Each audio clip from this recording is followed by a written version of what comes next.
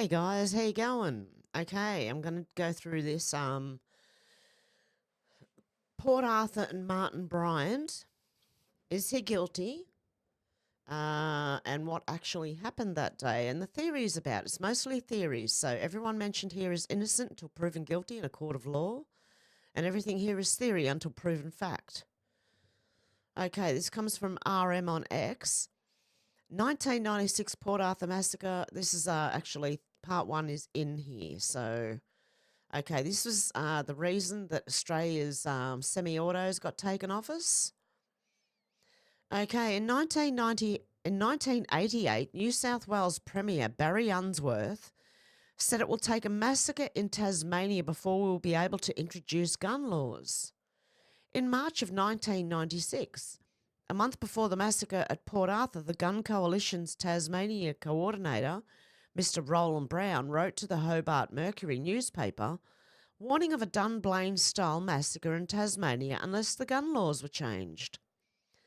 Deputy Prime Minister Tim Fischer said in May 1996, if we don't get it right this time, the next time there is a massacre and there will be, then they'll take all our guns off. What? Us.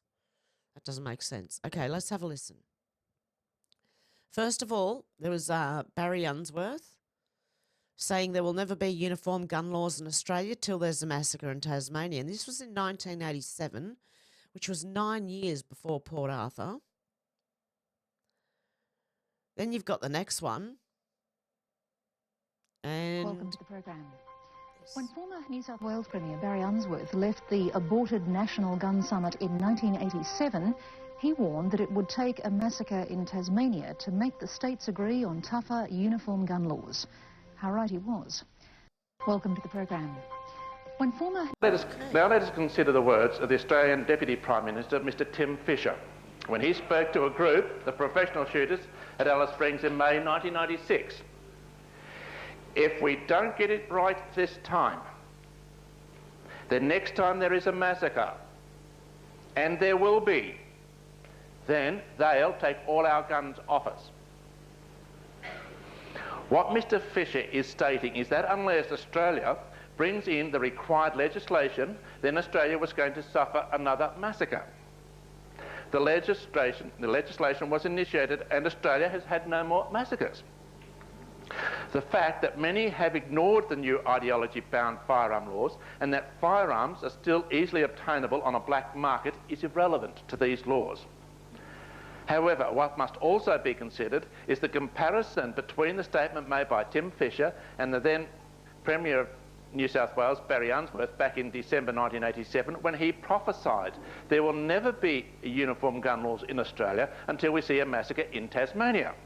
He was quite right. And it wasn't prophesied, I believe. I believe that was a warning.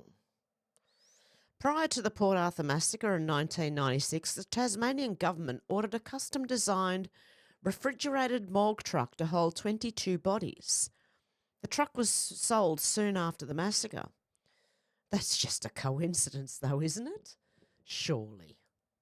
The Southern District Mortuary Service even had a 22-body hearse waiting to be used for such an emergency. It was the only one of its kind in Australia, and it was stuck in the southern part of Tasmania, right on call. The Southern District... Okay, and that was it there. Funny how many coincidences are happening, isn't it? There are no coincidences. When it comes to things like this, it is not a coincidence. Just before lunch on the day of the massacre, police received a phone call claiming there was a stash of heroin found at Saltwater River, a 30-minute drive in the opposite direction to Port Arthur. The only two police on duty in that district drove to Saltwater River only to find glass containers of soap powder. When the shooting started, the only two policemen on duty were on the other side of the island. Okay, this is Port Arthur here. Saltwater's up here. The police had to travel up here. Okay. So they knew it would take them at least 22 to 30 minutes to get back, okay? On the day of the massacre, Royal Hobart Hospital held a trauma seminar. Members of the Royal College of Students were being taught how to deal with mass casualties, events, and terror attacks. This seems to happen a lot. There seem to be drills and seminars and things that seem to happen and coincide with each other and a real life incident. However, it was the Royal Hobart Hospital that demonstrated the height of preparedness. They were able to call on the services of 25 trauma specialist doctors from all over Australia who had just completed a seminar at the midday on that Sunday afternoon and whose last lecture had been in relation to a terrorist attack. Oh dear.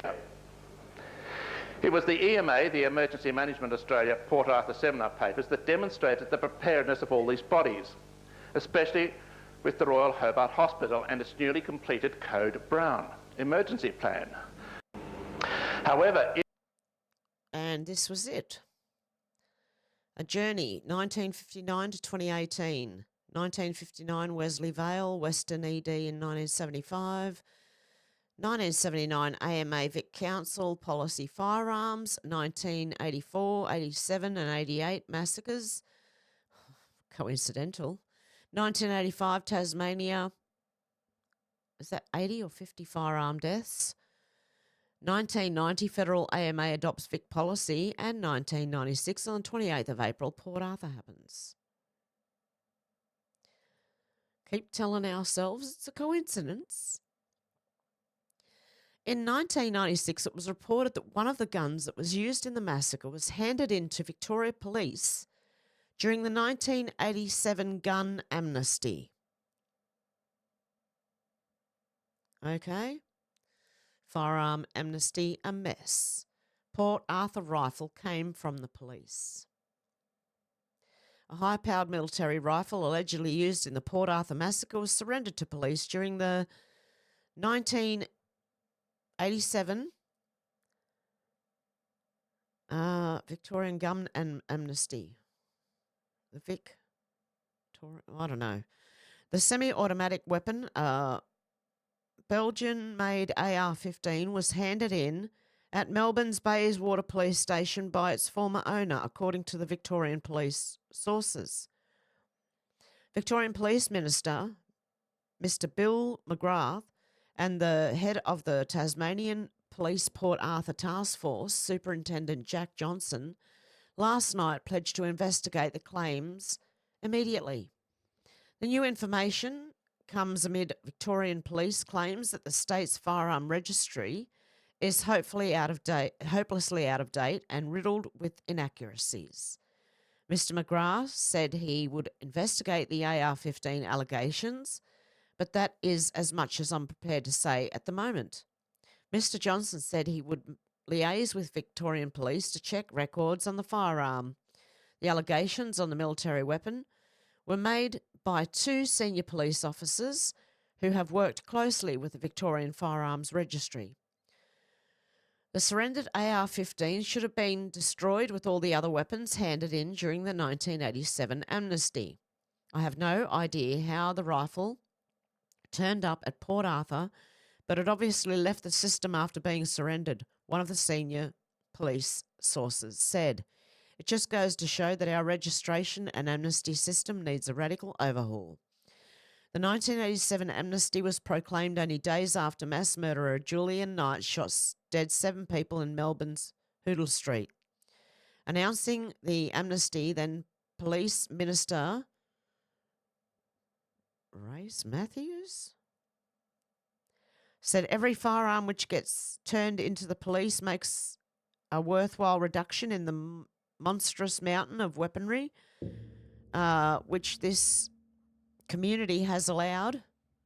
Okay, it starts getting all crumpled up here and hard to read.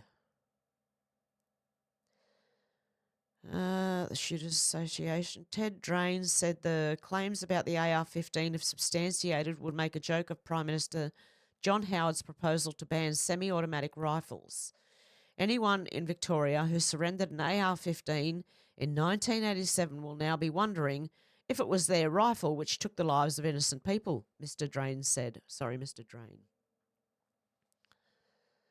It is not known whether the alleged Port Arthur assailant bought the AR-15 rifle or whether it belonged to the first victims at the Seascape Cottage Accommodation Centre, which was later destroyed by fire. Convenient. Under amnesty provisions, a firearm handed in at any police station is sent to the district firearms officer and then to the state forensic laboratory. It is then meant to be sent to smelting works for destruction. Victorian Police firearms experts yesterday claimed that the firearm registry was in a shambles and that, as a result, thousands of firearms were being kept illegally by Victorian shooters. Okay, police sources said they were aware of hundreds of cases where the database indicated action was needed, but none was taken. Mr. Drain said that the gun allegedly used at the Port Arthur massacre had been handed in during an amnesty.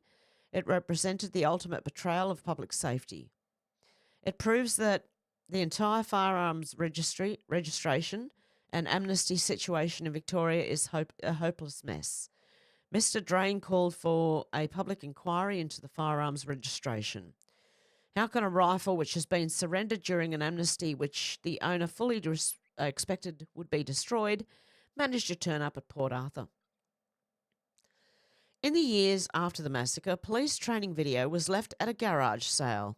How did it turn up there? The video was of the crime scene, including some of the victims. In 2004, the video was being sold at a local market. In 2011, the video was uploaded to the internet. Very interesting. The posting of a Tasmanian police video of the 1996 Port Arthur massacre on the internet has reignited debate about privacy laws and the Australian media. Police say they're powerless to stop people posting the video and other similar graphic content. Politicians from all sides say that's got to change. Police have contacted at least 2 internet sites asking them to remove the 12-minute Port Arthur video, which includes close-ups of many of the 35 victims gunned down by Martin Bryant. The posting of the video just days after the Norwegian massacre has opened old wounds. There could be not a more distressing time for people who were victims of Port Arthur than now, with the horror of what has happened in Norway and the fact that that brings back memories. So to do that was absolutely callous, disgusting. Just insensitive to think that people are stupid enough to do such a thing. The training video first surfaced in 2004 when copies were sold at a Tasmanian market. Police are still unable to explain how the highly sensitive material fell into public hands. It first appeared online in February this year. Police are investigating who's responsible for the latest postings, but say it's unlikely they'll face charges. You're talking about things that can be posted on the other side of the world.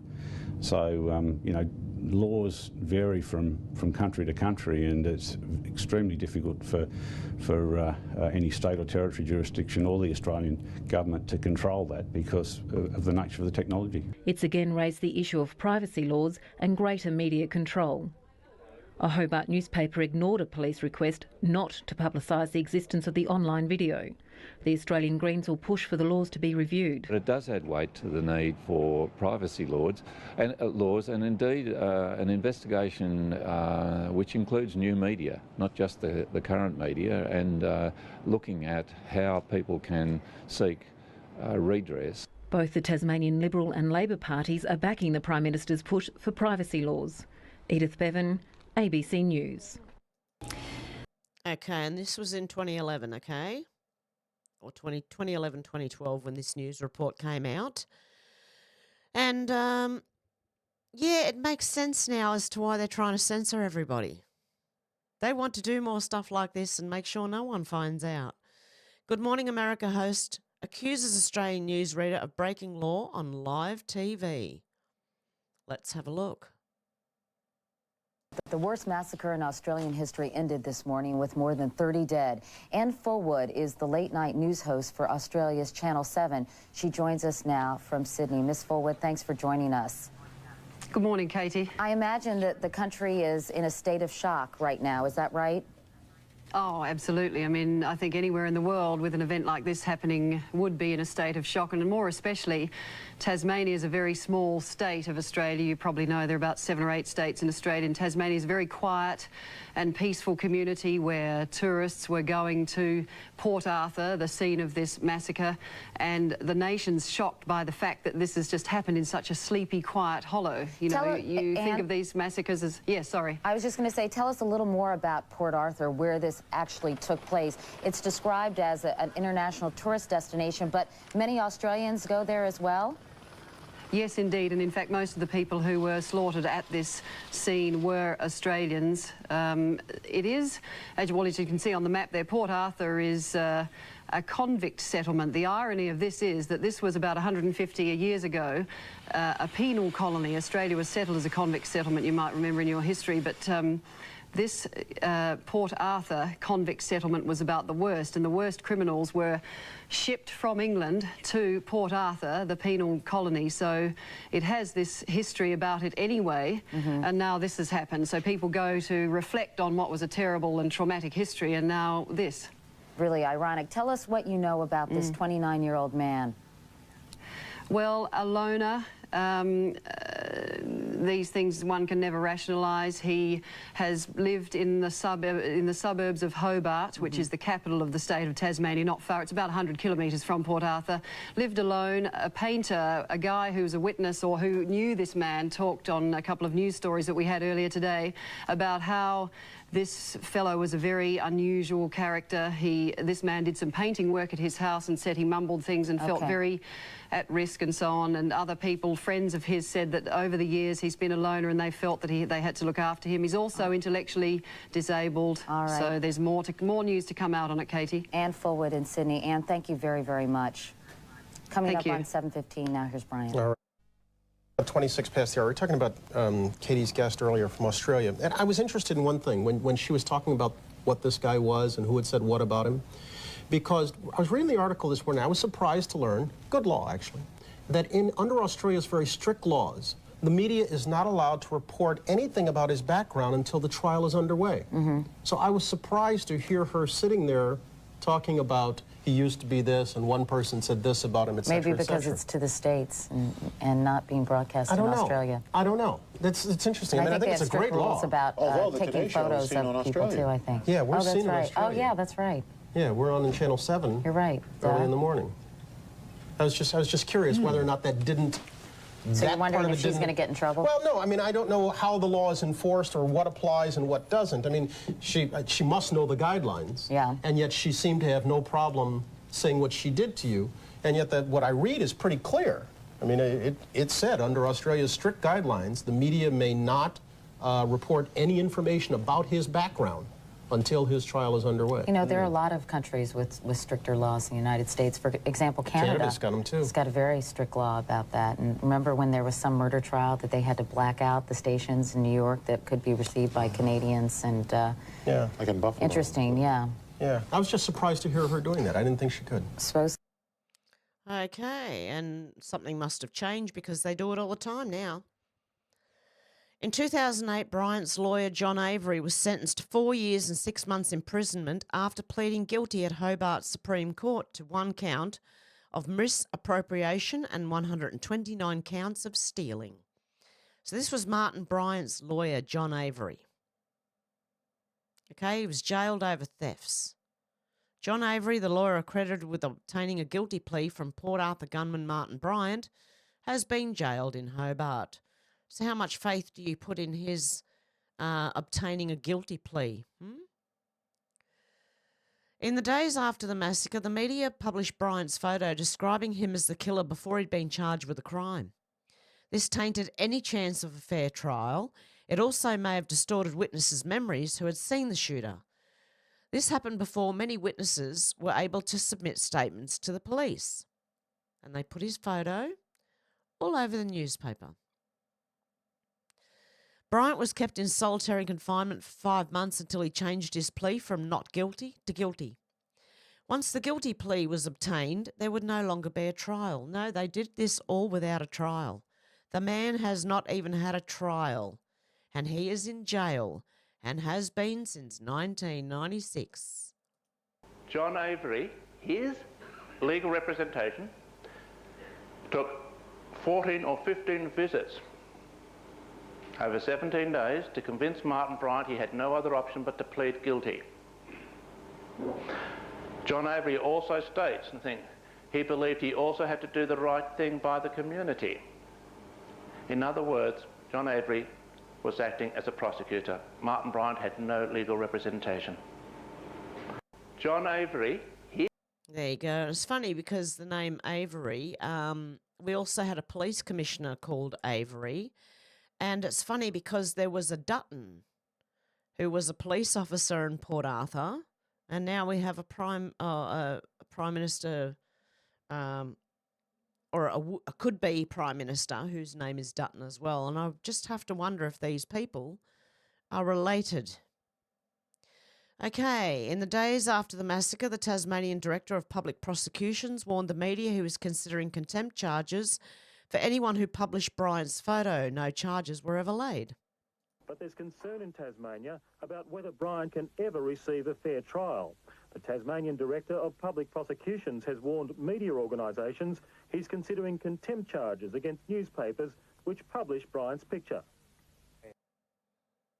Sorry, guys, that was very low in sound, and I bet you the next one's going to be a lot louder. There's been some suggestion that it'll be hard to find a jury that hasn't already formed an opinion on this man. This has become a very big issue in Tasmania. The local paper down here, the Hobart Mercury, I suppose broke convention this morning by publishing a full-page photo of the man, top to toe, and that's gone all round the state, of course. Everybody now knows what he looks like. Some might say it's contempt. Everybody has now seen him, so issues of identity would be a real problem. There's been some suggestion that it'll be hard to find a jury that hasn't already formed. Okay, sorry about the volume on them, guys. There's nothing I can do about that. I had it up as loud as I could get it. So RM said people who knew Bryant talk about what he was like. I don't suspect that he could have done anything like this. Was he an edgy sort of person? Yes, highly strung, I'd say. Tim Hale regularly served him petrol. Well, generally we, thought he was a bit strange, but, just quiet. Anything sort of eccentric. So you were never worried by him as such? No, I never felt any danger. These children used to play with Martin Bryant, their next-door neighbour. They'd go over to his house and he gave them gifts. A TV for Ben 1, a doll for Evelina, and a CD player for Asher. Because Asher said with the CD, "Oh, that's cool," and he goes, "Oh, you can have it if you like." And then we saw another one that was better, and he goes, "Oh, you can have that one if you want." I think he was lonely. The Coopers became friendly with Bryant, who they thought was immature but harmless. It was all gentle and didn't say anything to hurt you. Yeah, and you'd never think that he hurt anyone or anything like that, because he just was really nice to everyone.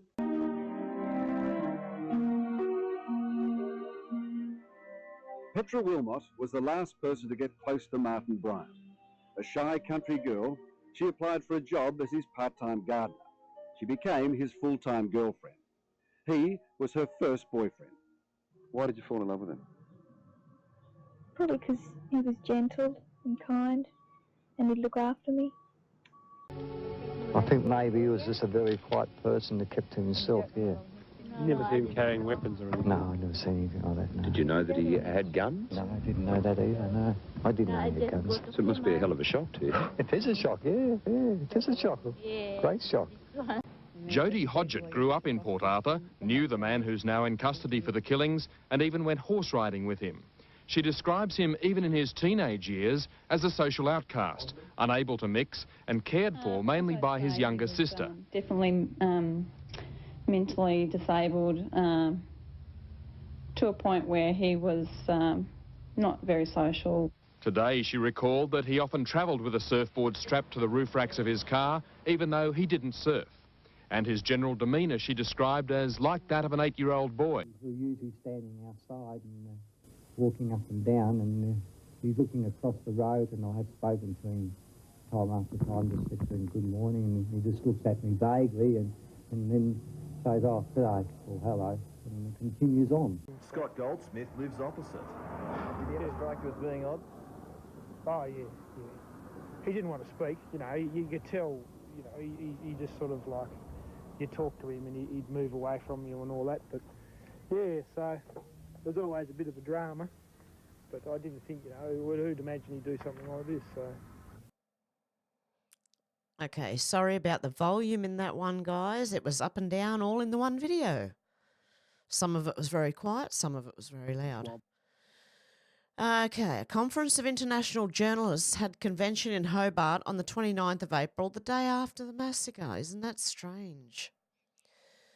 Leaked letter to gun shop owner. Soon after the massacre, gun shop owner Terry Hill was sent an interesting letter from police. After Hill refused to change his statement, his shop was shut down. Dear Sir, we write to confirm we attended with you at police headquarters this morning when a discussion was had with Inspector Ross Payne and other police officers. We made it clear to those police officers what your position was, namely that at no time had you sold any guns to Bryant, but that you had sold ammunition to him, but on each occasion he had shown you a gun licence, which of course enabled you to sell not only ammunition to him but guns as well. In a private conversation that was had between the writer and Inspector Payne, Inspector Payne made it abundantly clear that police have very strong evidence to suggest that you did in fact sell guns to Brian, and unless you're prepared to, in effect, change your story, they will press on and try and find sufficient evidence to charge you with some offences. Sounds like a threat. However, it was also made abundantly clear that Director of Public Prosecutions is prepared to offer you an indemnity against prosecution if you are prepared to accept that you did sell guns to Bryant. Quite clearly, you need to very carefully consider your position over the next few days. If indeed you did sell guns to Bryant, but at all times he showed to you a gun licence, then of course you will have committed no offence at any rate. If on the other hand you did sell guns to Bryant and you were aware that he had no licence, then clearly you've committed an offence. But We're aware that he had no licence. Oh, bloody hell, I've got a computer voice. Trying to get Then rid of... you clearly have committed... Oh my goodness. And you clearly have committed an offence, but in the indemnity being offered to you would ensure that you are not prosecuted for any gun offence. Yeah, well, it came from Victorian Police. So how did they manage to shut this guy down? In 1996, there was growing support from victims for a royal commission, but it was rejected by the government. Of course it was. Let's have a listen. Tonight, victims call for a royal commission into the Port Arthur massacre. Alison Hembrough with ABC News. There's growing support from victims of the Port Arthur massacre for a royal commission or public inquiry into the shootings. They're disappointed an inquest into the tragedy has been abandoned, claiming many issues remain unresolved. These include concerns over security at the site and the issue of a locked door, which they claim may have cost lives. Despite a lengthy court process which led to Martin Bryant being jailed for the rest of his life, some of his victims claim there's still much to be resolved about that day. Wendy Skerr was a tour guide at the site, one of the first to begin treating the dead and wounded in the Broad Arrow Cafe. She believes a locked door in the adjacent souvenir shop cost lives. If that door would have opened, I believe that at least 7 people that died in there would have had time to have got out. Wendy Skerr is one of a growing number of Port Arthur victims calling for an inquest into the tragedy to be reopened. Stephen Howard is another.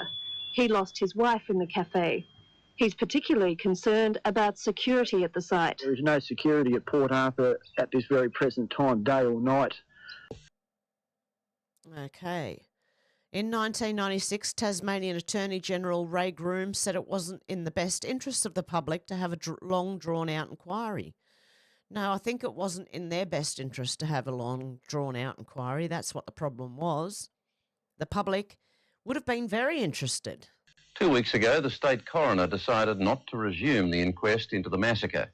His decision, backed by the government, was based on the fact that Martin Bryant had pleaded guilty and the belief that survivors and families of victims would not want another raking over of the coals. For many, that's a very understandable reaction. But the coroner's decision has prompted a bitter response from two people who were closely involved on that day. Stephen Howard, whose wife was killed in the Broad Arrow Cafe, and Wendy Skerr, a former tour guide who attended to the injured in the cafe, want evidence presented publicly which they believe will show some people could have survived the shooting if security and safety issues had been addressed earlier. I was very disappointed and very upset about the fact that there was going to be no inquest. I believed a lot of questions will be left unanswered unless this decision is reversed. I believe a lot can be gained by having this inquest. So many family members were there that day that lost relatives or friends, other people that weren't as directly involved as some of us were. A lot of questions need to be answered about what happened that day, what could have been prevented that day. I believe the whole nation will support this issue. The gun lobbyists, I believe they will be very interested in backing it as well, as it was raised last week in the media that the government had $50 million to buy back the guns, but yet couldn't find the money to have this inquest. And late this afternoon, I recorded this interview with Tasmanian Attorney General Ray Groom in response. Ray Groom, you backed the coroner's decision not to have a coronial inquiry on the grounds, I think, that it would distress families unnecessarily because Martin Bryant had pleaded guilty. How many families or victims themselves did you actually consult before you backed that decision? I've had a lot of contact with many of the families involved, Kerry, and the victims, those who were wounded, and of course also the general community of the peninsula and around Tasmania. There's no doubt at all that the common feeling is that we should get on now with the healing process. I don't believe it's in the public interest of the people of our state and those concerned to have a long drawn out public inquiry into this matter when the facts are quite clear. I believe it would be very, very traumatic. The government has a firm view about that we do want to try and put it behind us. And the issue being on the front pages in the headlines day in, day out has not helped our state. It's been very damaging to our community in very many ways. Well, Stephen Howard is one victim who lost his wife, and he's quite passionate and pleads for a coronial hearing because he believes that all the facts haven't been laid out on the table. I've not heard directly from Stephen. I've met Stephen. I know Stephen. I've had discussions with him. He hasn't put that view directly to me. I'm sure it's in the government's best interest to not have an inquiry. Wow. In 1996, the Australian newspaper admitted they modified the eyes in Martin Bryant's published photo, giving him the look of a crazed killer. They said it was a mistake. It was also alleged someone from the Hobart Mercury broke into Bryant's home to obtain the photo. The media, the police, they've all got a lot to answer for, and there are more questions than answers in this thing, and I'd like to know. In no paper was there any fiddling with the picture. The eyes were shown thus, except in the Australian. There, the whites were painted in and the pupils were darkened.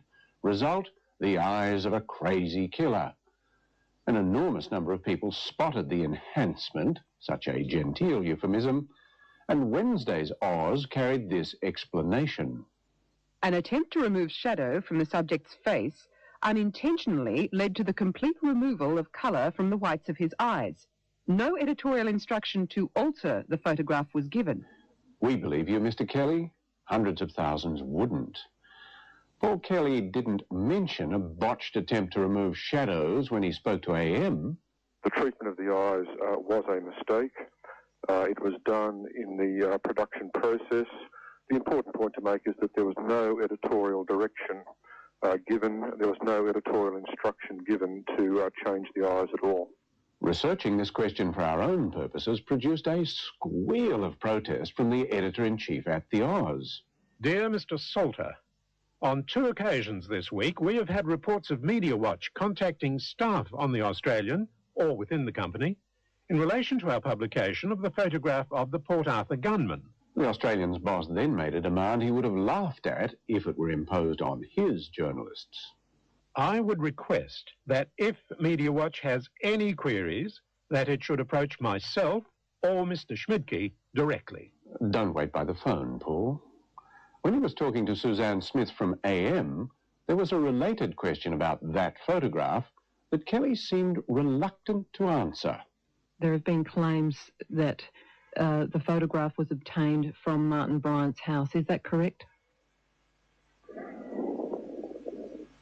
Do you wish to answer that, Mr. Kelly? Well, the Australian obtained the photograph from the Hobart Mercury. Would you please answer the question? Did members of News Limited staff, though, enter Mr. Bryant's house to obtain that photo? Certainly nobody from the Australian did. So you're saying someone from the Hobart Mercury might have? I don't know. An uncharacteristic lack of curiosity for such a senior journalist? How did the Hobart Mercury get the photographs of Martin Bryant and hand them on to all those other Murdoch papers?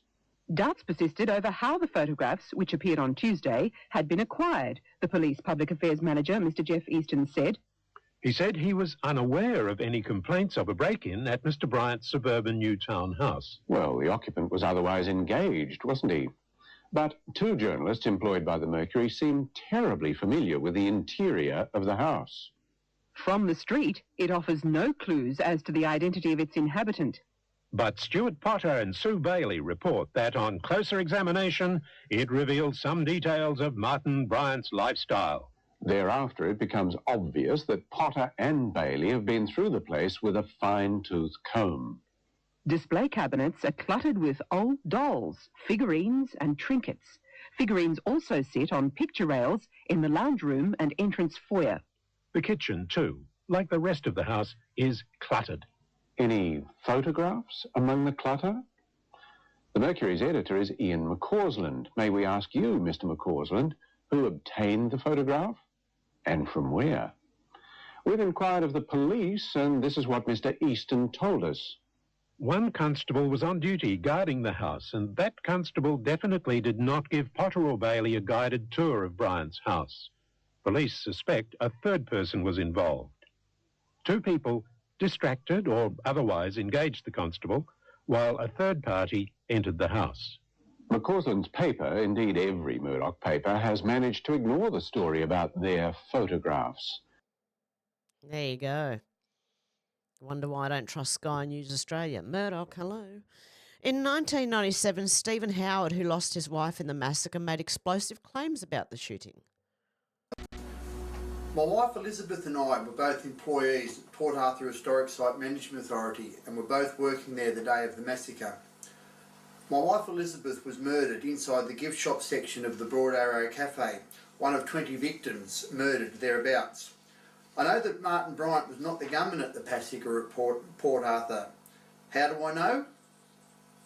The coroner, Mr. Ian Matheson, wrote a letter to a number of survivors of the massacre informing us that Martin Bryant was not the gunman at Port Arthur.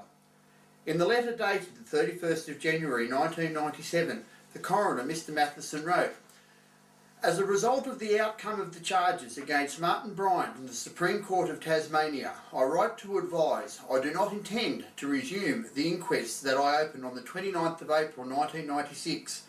I believe it is not in the interests of the family, friends or witnesses to again traverse the factual situation in a public hearing, particularly when any finding I make must not be inconsistent with the decision of the Supreme Court."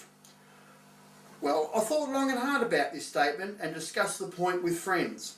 You must understand that there were many other facts of the shootings inside the Broad Arrow Cafe that begged a proper, open investigation, including workplace safety issues, and especially the issue of the emergency exit, that were totally outside the issues of the gunman. It was the simple fact that the coroner, Mr. Ian Matheson, believed that he could not make any finding that was inconsistent with the findings of the Hobart Supreme Court.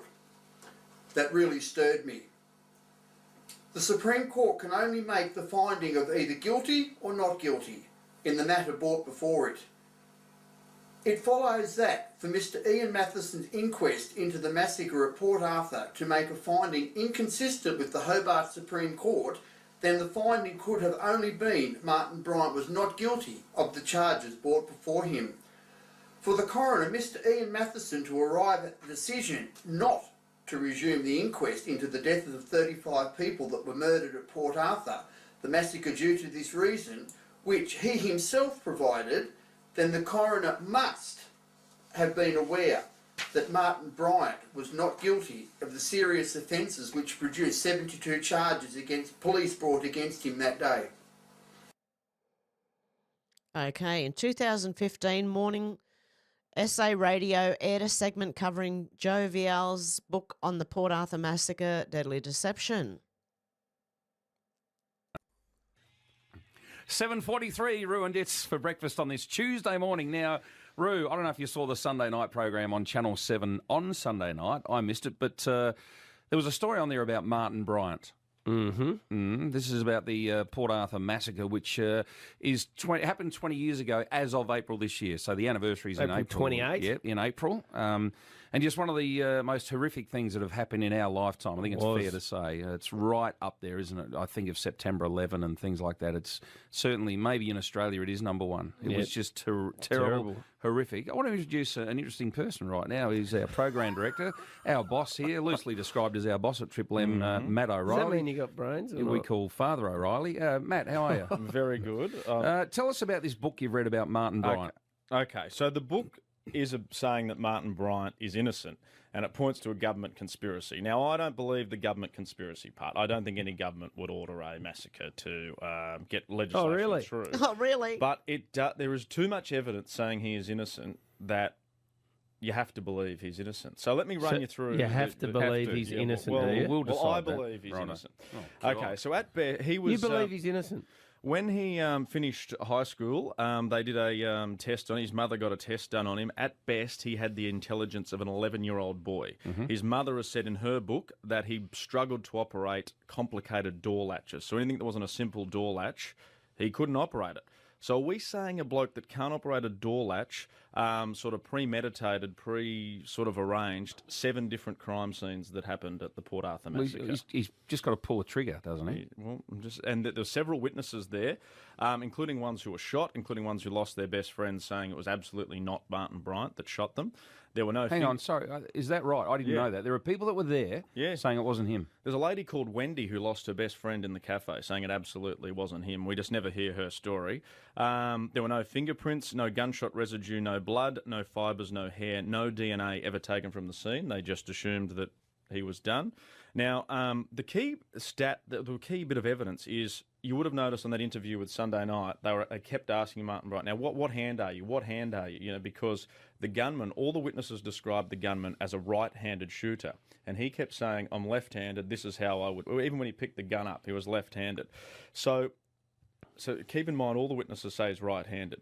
Now, there were 29 shots fired in that cafe, with 20 fatalities and 20 headshots. So he had a 1.66 shot to head ratio, which is actually higher than most SAS soldiers. So they measured all the amount of bullets shot, but they didn't worry about getting fibres or anything like that.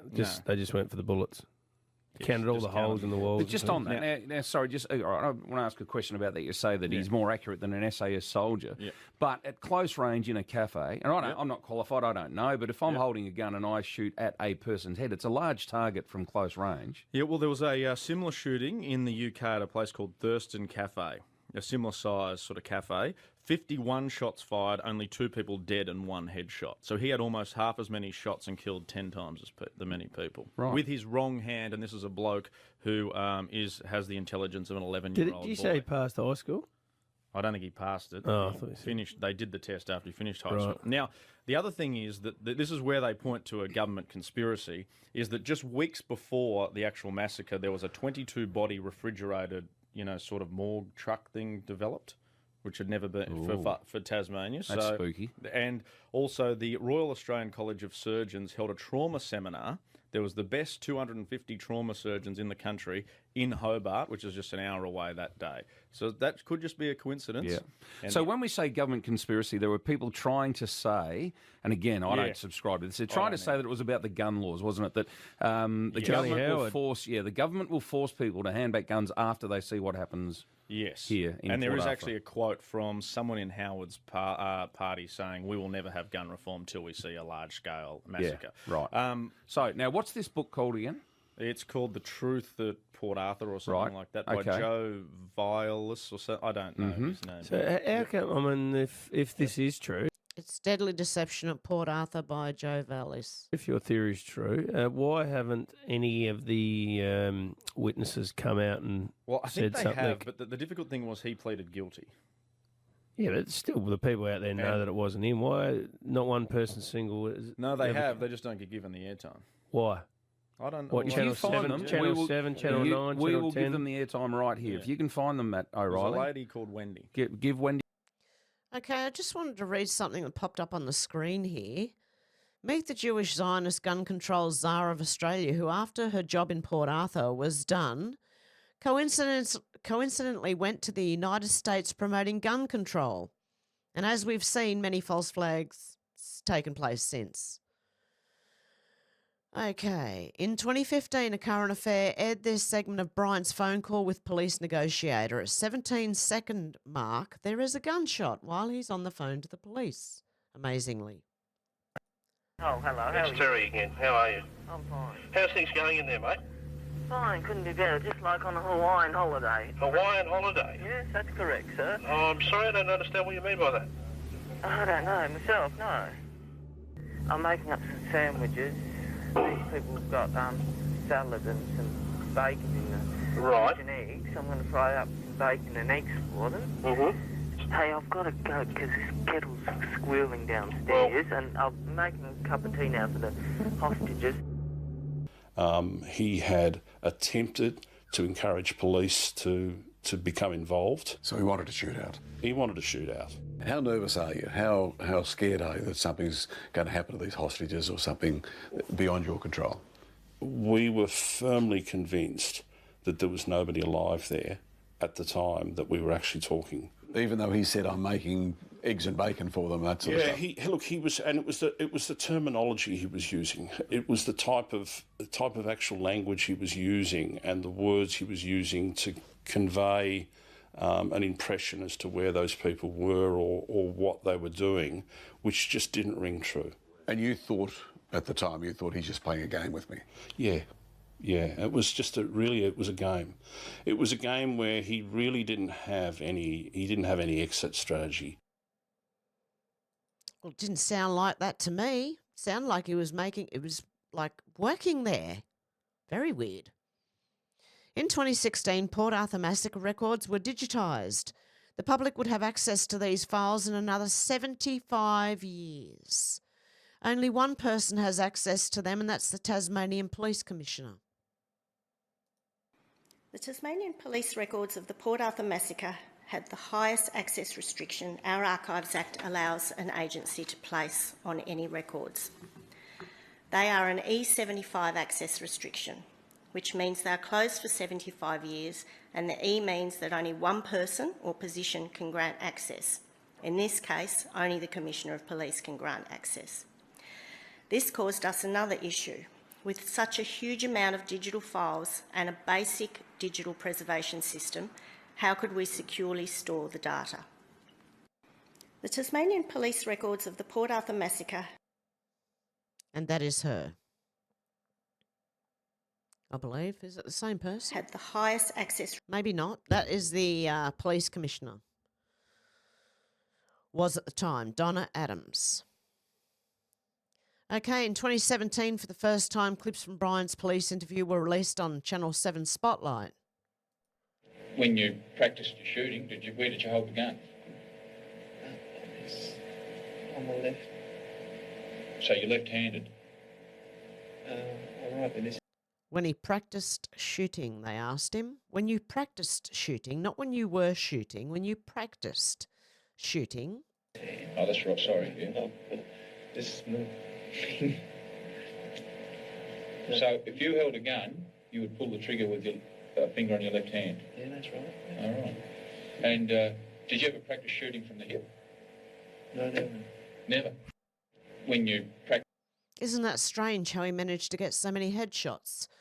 In 2019, Pauline Hanson said there were a lot of questions there about the official Port Arthur shooting. Let's have a listen. During a discussion on gun laws, she told Roger she believes many questions remain unanswered about the Port Arthur massacre. An MP said it would actually take a massacre in Tasmania to change the gun laws. Wow. Haven't you heard that? I hadn't heard that one. Have a look at it. It was set up by Parliament.